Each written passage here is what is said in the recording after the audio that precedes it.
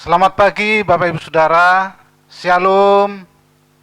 Puji Tuhan, kita bersyukur sekalipun ibadah kita lakukan dalam bentuk online, tapi saya percaya Tuhan terus memimpin dan memberkati kita semua.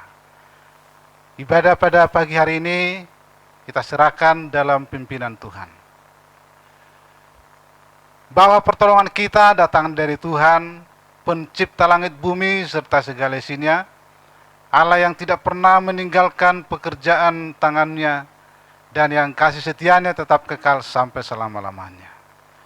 Turunlah kiranya ke atas jemaat, anugerah dan sejahtera yang datang dari Allah Bapa, di dalam kasih Tuhan Yesus Kristus, dan kuasa Roh Kudus, yang memberkati kita dalam semua rangkaian ibadah pada pagi hari ini.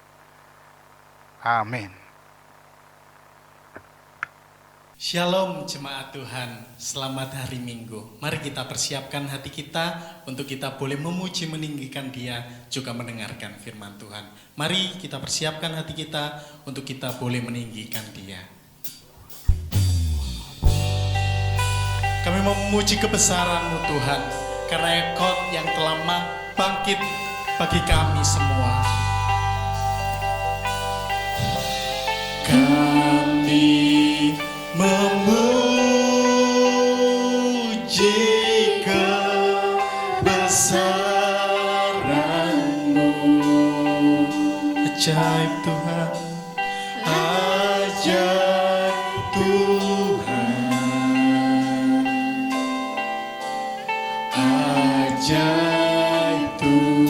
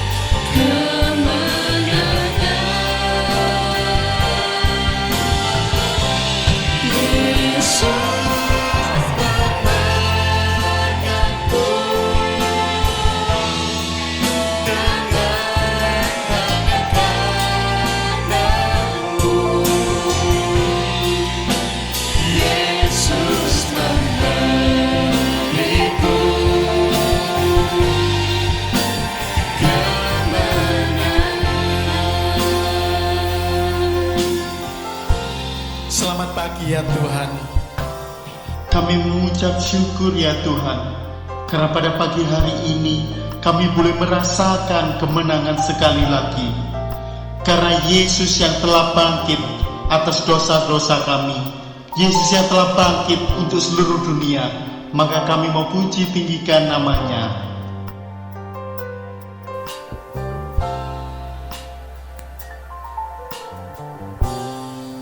ku tidak takut, sebab Kau besertaku. Kami tidak bimbang ya Tuhan, Ku tidak bimbang, sebab Engkau Allahku. Engkau meneguhkanku, bahkan menolongku. Kau batu karang kami Tuhan, Kau batu karangku. Yesus Tuhan.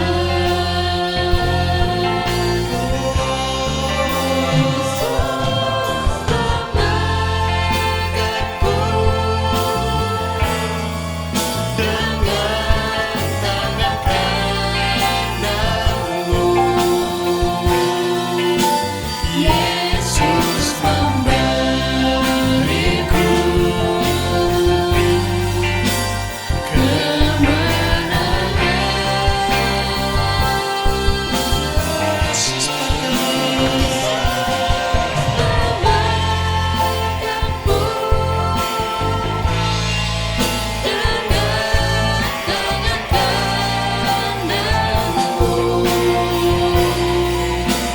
Yesus memberiku kemenangan. Pada sekali lagi, Yesus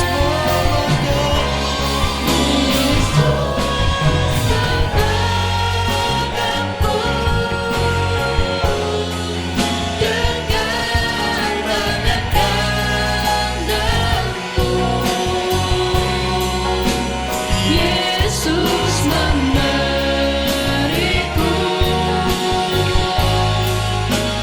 kemenangan. Yesus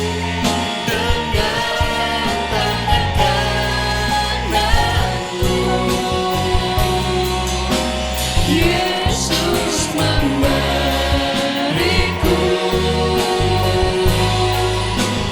kemenangan.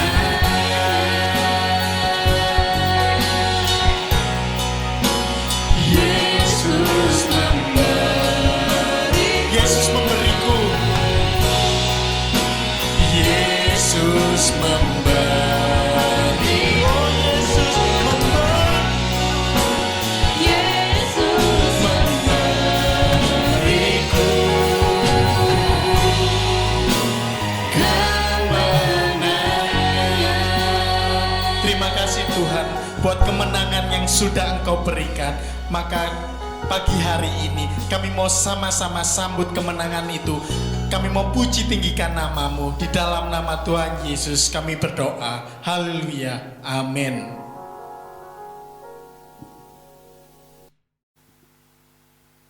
Mari kita tetap bertekun di dalam doa dan tetap tekun untuk mencari Tuhan setiap hari.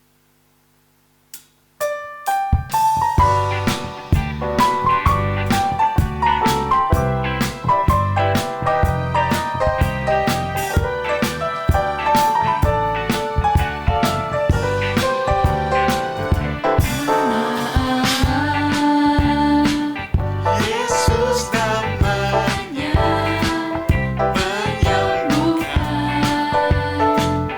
menyucikan.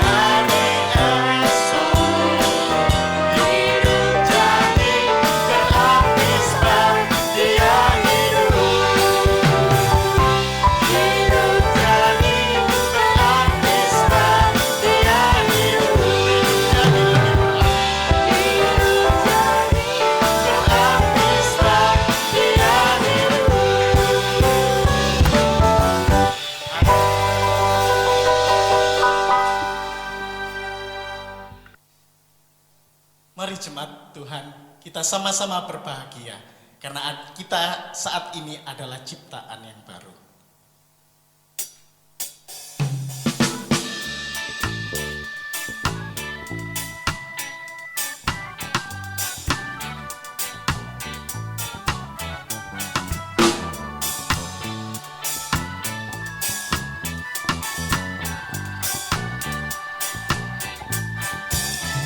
Berbahagia, yakin teguh, Yesus abadi, kepunyaanku. Aku warisnya, ku ditebus, ciptaan baru, Roh Kudus.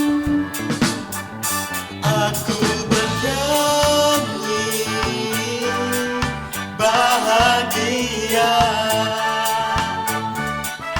memuji Yesus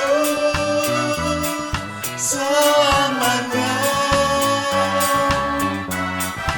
Aku bernyanyi bahagia, memuji Yesus selamanya. Ku berbahagia, ku berbahagia, yakin teguh, Yesus abadi, kepunyaanku. Aku warisnya, ku ditebus, ciptaan baru, Roh Kudus. Aku bernyanyi bahagia, memuji Yesus selamanya. Aku bernyanyi bahagia, memuji Yesus selamanya. Aku bernyanyi, aku bernyanyi bahagia, memuji Yesus selamanya. Aku bernyanyi bahagia, memuji Yesus selamanya. Memuji Yesus, memuji Yesus selamanya. Memuji Yesus selamanya.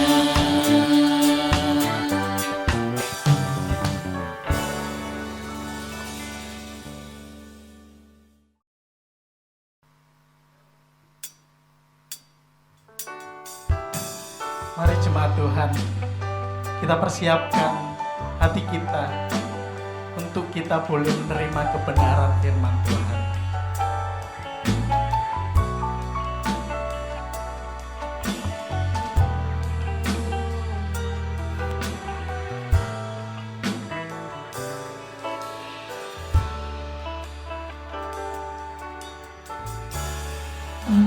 Ajarku mengerti segala rencanamu, ajarku berserah hanya padamu.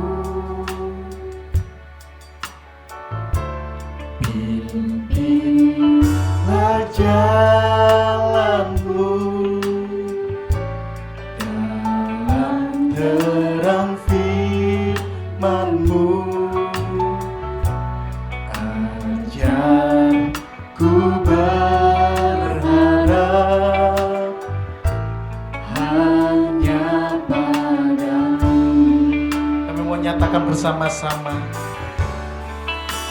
Bapakku,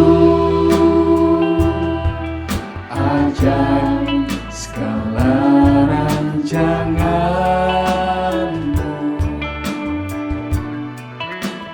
Tuhanku, heran perbuatan-Mu, Engkau sanggup mengadakan segala yang ku perlukan, menurut kehendak-Mu terjadilah. Kami mau diajar Tuhan, untuk kami boleh turut rencana-Mu.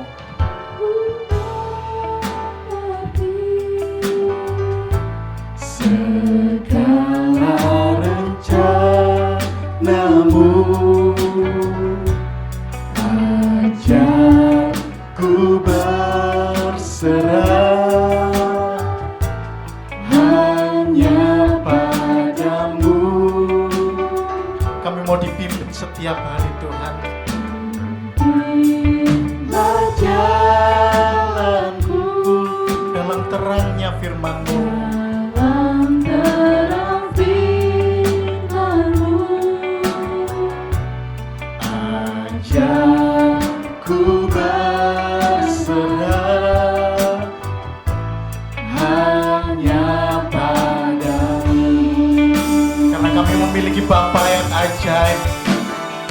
Bapakku,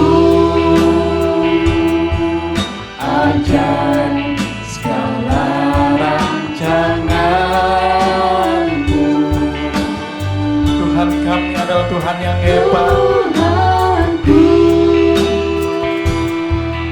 heran perbuatan-Mu, Engkau sanggup mengadakan segala yang ku perlukan, menurut kehendak-Mu terjadilah.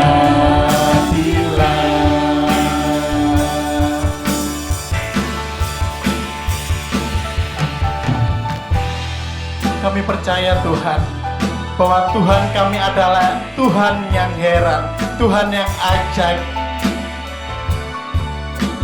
Ketika keadaan buntu, kami percaya Tuhan punya jalan keluar. Mungkin kami alami sama yang dialami murid-murid pada waktu Tuhan bangkit. Murid-murid ketakutan, harus berada di satu tempat. Kami juga merasakan hal yang sama Tuhan.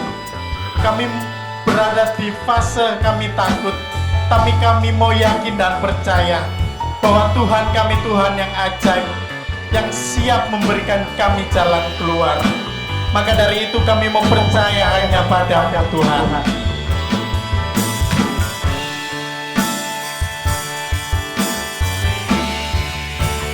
Bapakku,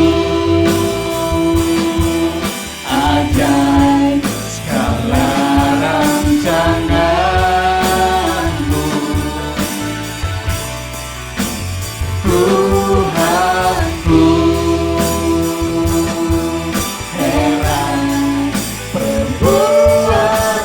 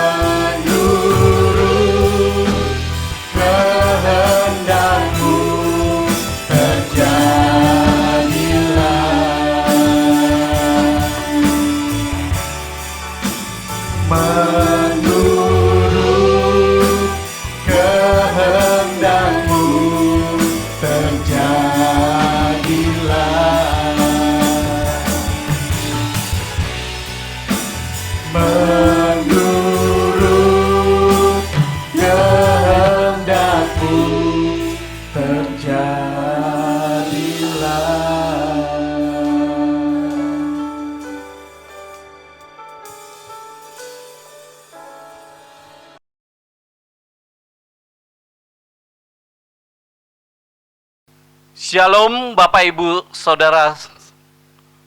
Pada pagi hari ini kita akan mendengarkan akan firman Tuhan dan merenungkan. Dan sebelumnya marilah terlebih dahulu kita berdoa. Tuhan Allah Bapa kami, Allah yang bertahta di kerajaan surga, Allah yang kami sembah di dalam Yesus Kristus. Kami mengucap syukur ya Tuhan, apabila saat ini kami boleh beribadah di hadirat-Mu ya Tuhan, walaupun masing-masing kami berada di rumah kami masing-masing. Biarlah ibadah kami ini tetap berkenan di hadirat-Mu ya Tuhan. Pakailah hamba-Mu untuk menyampaikan kebenaran firman-Mu. Biarlah apa yang hamba sampaikan berkenan di hadirat-Mu. Tuhan Yesus, terima kasih, berfirmanlah ya Tuhan, karena kami sudah siap mendengar. Di dalam nama Tuhan Yesus, kami berdoa. Amin. Bapak, Ibu, Saudara, tema minggu ini adalah Thomas yang tidak percaya. Saya mengambil dari Yohanes 20 ayatnya yang ke-19 sampai dengan yang ke-29. Siapa sebetulnya Thomas yang disebut Didimus itu? Thomas itu dalam bahasa Ibrani adalah kembar, dan Didimus dalam bahasa Yunani juga kembar. Sama dengan kalau kita dengar ada Tabita dalam bahasa Ibrani, Dorcas dalam bahasa Yunani, sama. Thomas salah seorang murid Yesus yang pekerjaannya sebagai rasul.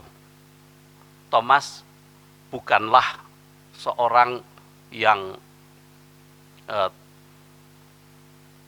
istimewa, bukan orang yang luar biasa. Thomas adalah orang yang biasa saja.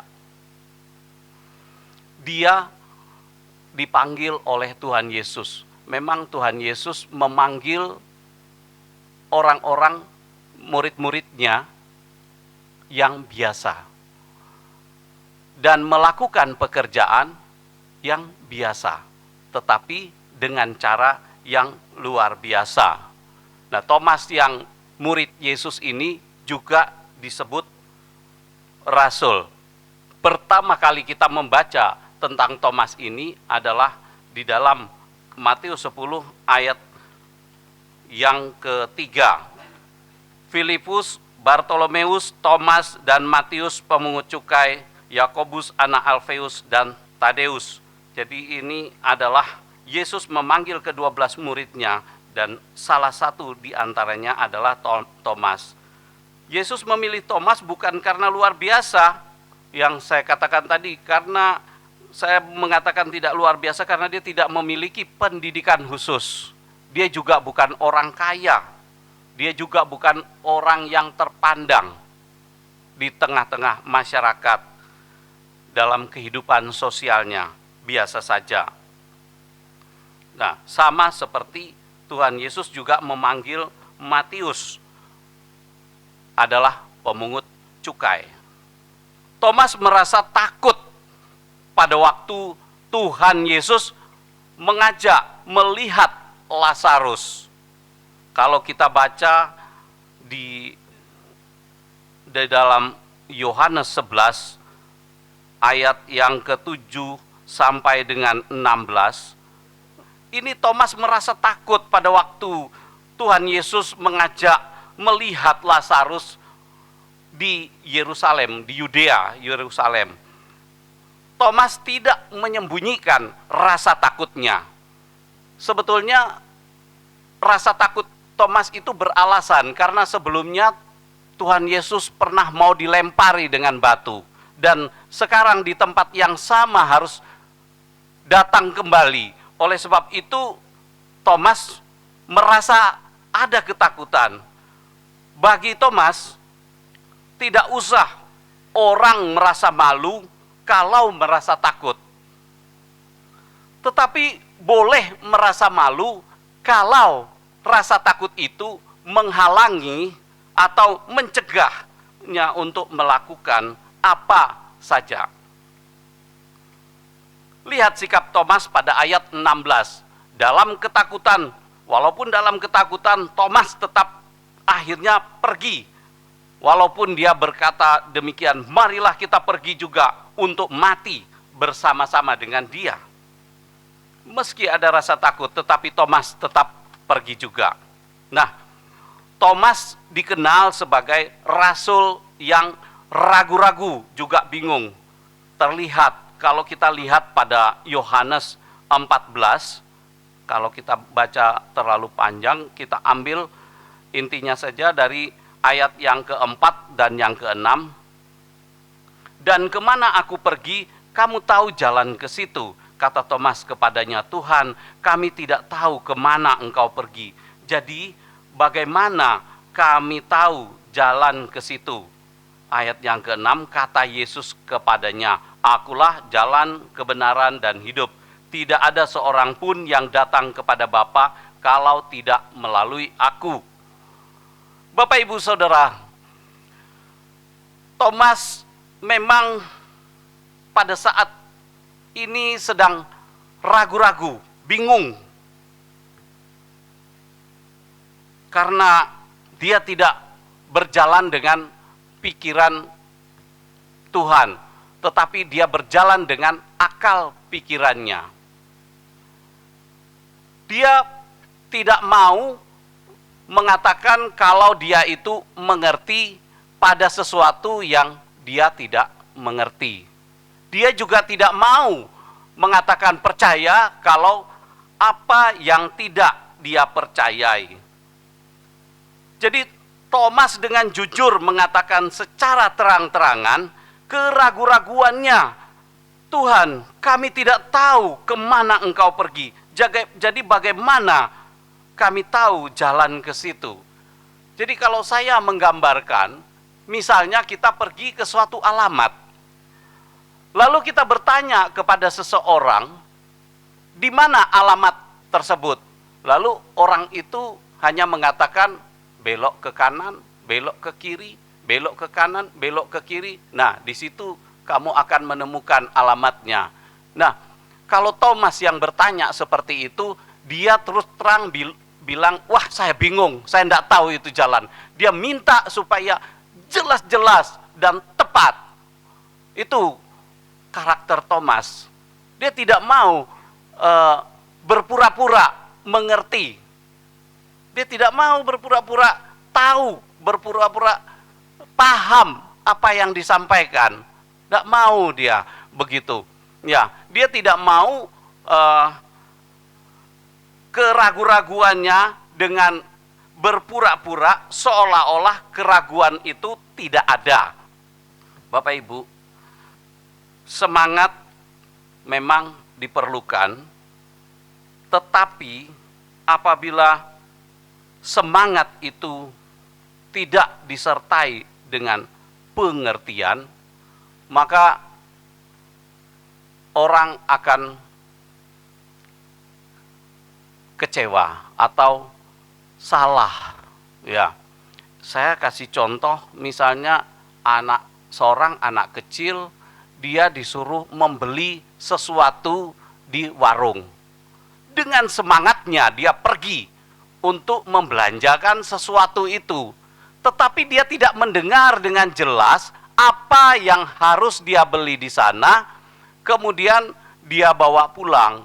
Tapi semangat dia terdorong oleh kebiasaan dia berpikir bahwa nanti kalau saya beli ke sana nanti kembalinya saya bisa beli permen. Kebiasaan seperti itu. Nah, akhirnya dia pergi dengan semangatnya dia, karena memikirkan dapat upah atau dapat permen itu, dia berusaha lari sampai di warung, dia bingung apa yang disuruh beli. Akhirnya dia kembali. Setelah dia kembali kepada yang nyuruh, orang tuanya, dia bilang, "Loh, Bapak tadi suruh saya beli apa? Nah, ternyata setelah dia tahu apa yang disuruh beli sama dia, ternyata barangnya cukup berat dan memalukan dia, akhirnya dia membatalkan, dia kecewa. Mudah-mudahan atau saya berharap dalam dunia pelayanan tidak terjadi seperti ini. Dengan bersemangat tanpa mengerti apa yang akan dikerjakan, atau berpura-pura mengerti seolah-olah tahu apa yang sebetulnya tidak tahu. Ya. Baik, Bapak Ibu Saudara, kita akan kembali kepada Yohanes 20 ayat 24 sampai 29. Thomas bukan tidak tahu Yesus akan mati dan bangkit, tetapi pada saat kematian Yesus, Tuhan Yesus, Thomas begitu sedih dan patah hati. Dalam kesedihannya, Thomas melakukan kesalahan dengan mengambil sikap, memilih untuk menyendiri, bahkan menarik diri dari persekutuan bersama murid-murid yang lain. Kita baca pada ayat yang ke-24, demikian dikatakan di sana. Tetapi Thomas seorang dari ke-12 murid itu yang disebut Didimus tidak ada bersama-sama mereka ketika Yesus datang ke situ. Kita tidak tahu apa alasan Thomas, mengapa dia menarik diri dari persekutuan dengan murid-murid yang lain. Tetapi pada saat itu, pada saat Tuhan Yesus menampakkan diri pertama pada murid-murid itu, Thomas tidak ada di situ. Dalam kesedihannya, Thomas melakukan kesalahan mengambil sikap untuk memilih menyendiri, bahkan menarik diri dari persekutuan bersama murid-murid yang lain.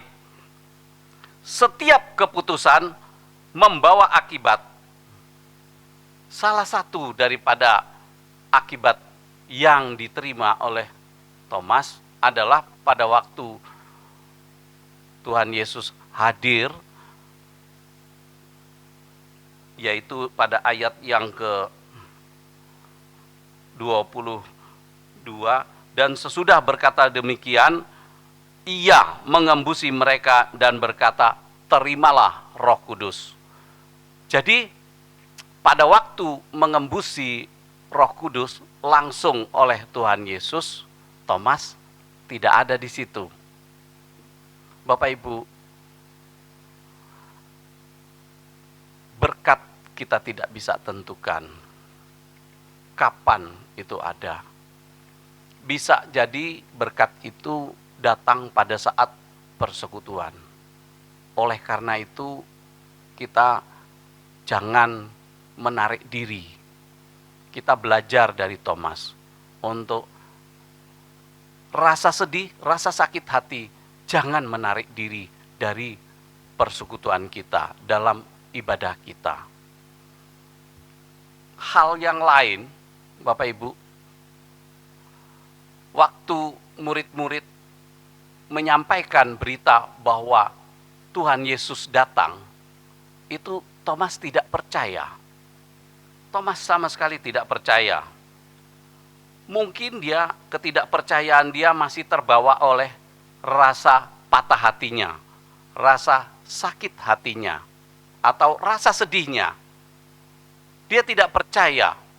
Kira-kira kalau kita gambarkan Thomas ini berarti tidak mudah ya. Kalau percaya hoax itu pasti nggak ada itu dalam kamus dia. Dan dia juga tidak mudah untuk mempercayai omongan-omongan yang tidak ada buktinya, yang tidak jelas. Dia tidak mau mempercayai itu, apalagi mentransfer berita yang tidak benar. 8 hari kemudian barulah mereka bertemu kembali. Ada tenggang waktu ya sebanyak 8 hari. Ada kemungkinan teman-teman dari Thomas mungkin ada yang mengunjungi, ya, berjumpa dengan Thomas, barangkali memberi nasihat, yang pada akhirnya mereka pada hari ke-8 mereka bersatu dan berkumpul kembali. Nah, Yesus datang dan berkata, "Damai sejahtera bagi kamu." Setelah itu Yesus mengulangi kata-kata Thomas pada ayat yang ke-27. Kemudian ia berkata kepada Thomas, "Taruhlah jarimu di sini dan lihatlah tanganku, ulurkanlah tanganmu dan cucukkan ke dalam lambungku, dan jangan engkau tidak percaya lagi, melainkan percayalah." Nah, kata-kata yang sama diungkapkan oleh Thomas, diungkapkan lagi oleh Tuhan Yesus. Pada ayat yang ke-28 dikatakan di sana, Thomas menjawab dia, "Ya Tuhanku dan Allahku." Jadi ayat 28 ini menjawab tema kita, Thomas yang tidak percaya, yang pada akhirnya percaya. Nah, Thomas itu kalau sudah percaya, dia pegang kuat, ya, itu merupakan kebijakan besar yang dimiliki oleh Thomas. Dia begitu dia percaya, dia pegang kuat itu. Nah, pada saat dia sudah percaya, dia diutus pergi ke India. Pada waktu dia pergi di India, di sana dia diminta oleh sang raja, pangeran, sang raja untuk membuat istana. Pada waktu dia disuruh membuat istana di sana, dia menyanggupi. Kemudian dana itu dialirkan kepada Thomas. Dana ini bukan dia pakai untuk membangun, tetapi dia bagikan kepada orang-orang miskin. Dia bagikan begitu. Setelah itu, tiba saatnya sang raja minta kepada Thomas, "Ayo kita pergi melihat bangunan apakah sudah selesai." Thomas mengatakan, "Apa?" Dia bilang, "Paduka yang mulia, bangunan yang dibangun itu hanya bisa dilihat apabila Paduka nanti sudah mati." Bapak Ibu, itu taruhannya bukanlah enteng, itu bisa membawa pada kematian, tetapi akhir daripada cerita sang raja bertobat. Ya. Nah, dari tema tentang Thomas, pelajaran apa yang kita tarik di sini? Yang pertama adalah jangan kita bersandar pada rasio atau hanya pada akal pikiran sendiri. Ya. Di saat-saat seperti ini kita kadang-kadang bingung juga. Ya. Kalau kita bilang orang bisa bebas dari COVID-19, ya, itu dari mananya? Karena orang sehat pun, orang yang kebiasaan olahraga dan atletis itu kena. Para medis kena. Orang kaya kena. Bahkan para pejabat juga kena. Rohaniawan kena. Lalu kita mencoba untuk menggunakan akal pikiran kita. Yang kedua, jangan bersandar pada perasaan. Jadi yang saya maksudkan adalah mari kita bersandar kepada kekuatan Tuhan. Mari kita berharap dan percaya hanya kepada Tuhan. Di saat COVID-19, virus corona merajalela, kita membutuhkan pengharapan yang kuat selain iman dan kasih. Saat kita mendengar berita begitu banyak orang terkena virus atau terdampak, semangat kita dan kekhawatiran kita mulai memudar. Harapan kita melemah. Padahal pengharapan adalah pemicu daripada semangat dan menghilangkan rasa takut, dapat menguatkan atau menambah kekebalan tubuh kita atau imun kita. Sumber pengharapan adalah Tuhan. Marilah kita berharap pada Tuhan saja dan percaya padanya bahwa kebangkitannya akan membangkitkan pengharapan kita. Amin. Mari kita berdoa. Tuhan Bapa kami yang bertahta di kerajaan surga, segala puji dan syukur kami naikkan kepadamu ya Tuhan. Oleh karena Tuhan sudah mengingatkan kepada kami melalui Thomas ya Tuhan. Biarlah kami tidak undur dari hadapan-Mu ya Tuhan. Kami tidak mudah untuk tergoyahkan. Kami tidak kena percaya kepada berita-berita hoax, apalagi menyebarkan berita hoax. Kami tidak bersandar pada akal pikiran kami, tetapi kami hanya bersandar pada Tuhan saja. Kami percaya kepadamu saja ya Tuhan. Ya Tuhan, kuatkan hati kami ya Tuhan, iman kami ya Tuhan. Terima kasih ya Tuhan, terima kasih. Terpujilah namamu. Di dalam nama Tuhan Yesus kami berdoa. Amin. Baik Bapak Ibu Saudara, kita telah memuji, memuliakan nama Tuhan. Kita sudah mendengarkan firman Tuhan. Kiranya kita benar-benar semakin lebih menikmati berkat-berkat Tuhan. Dan saat ini kita akan masuk dalam doa syafaat. Mari kita berdoa. Kami mengucap syukur ya Tuhan, karena Engkau Allah yang maha murah, Allah yang mengasihi kami dengan kasih yang sempurna. Kami sungguh bersyukur buat semua berkat-berkat-Mu, perlindungan-Mu yang sungguh nyata dari waktu ke waktu. Dan saat ini kami telah memuji memuliakan nama Tuhan, mendengarkan kebenaran firman-Mu. Mari ya Tuhan, berkaryalah di dalam kehidupan kami masing-masing.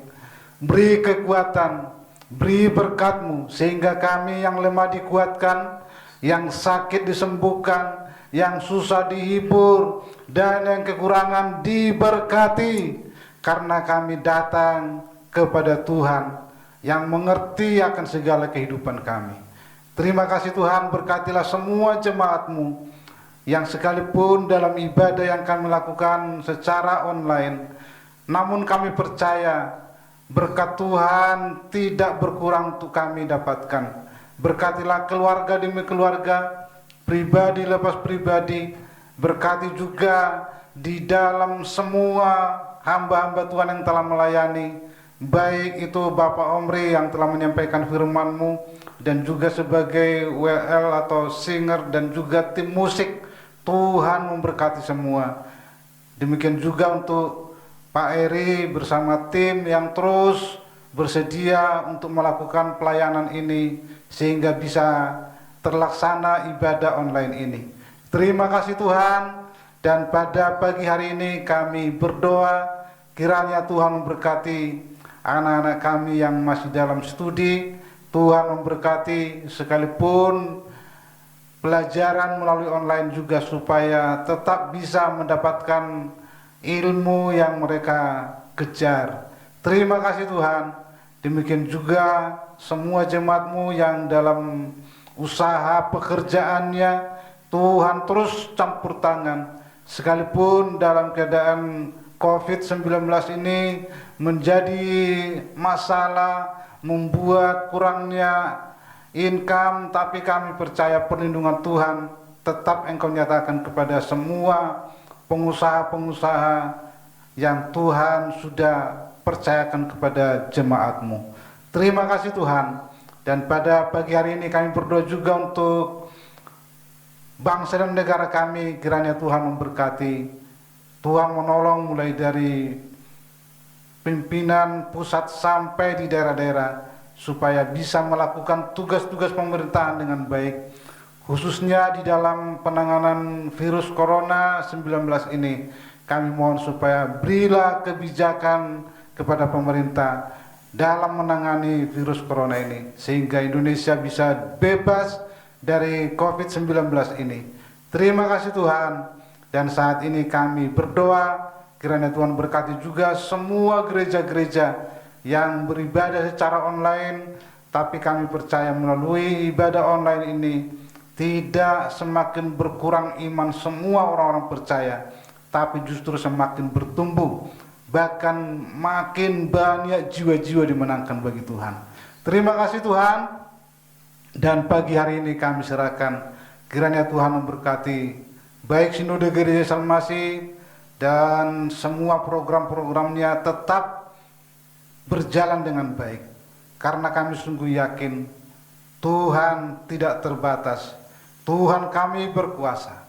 Terima kasih Tuhan. Sekali lagi kami mohon, baik untuk bangsa dan negara kami, baik untuk semua gereja-gereja, pertolongan Tuhan yang Kau nyatakan, sehingga benar-benar terjadi keajaiban mujizat dan COVID-19 tidak semakin memperburuk bangsa maupun negara kami ini dan juga gereja-gereja. Terima kasih Tuhan. Dan pada pagi hari ini kami serahkan, kiranya Tuhan memberkati kami semua, jemaat-Mu, berkati apabila hari ini kami sudah melakukan ibadah kepada-Mu. Terima kasih Tuhan. Dan kami serahkan semua doa kami hanya di dalam nama Tuhan Yesus Kristus. Haleluya. Bapak Ibu Saudara yang terkasih dalam Yesus Kristus, mari arahkan hatimu pada Tuhan. Terimalah berkat Tuhan, kasih karunia serta damai sejahtera dan anugerah yang dari Allah Bapa dan kasih sayang Tuhan Yesus Kristus serta persekutuan Roh Kudus yang memimpin menyertai Bapak Ibu Saudara sekarang sampai selama-lamanya. Amin.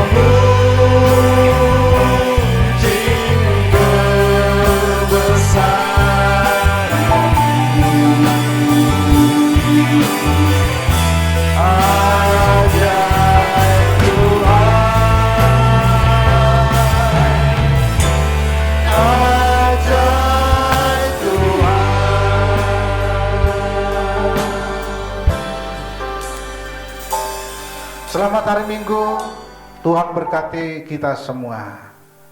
Amin.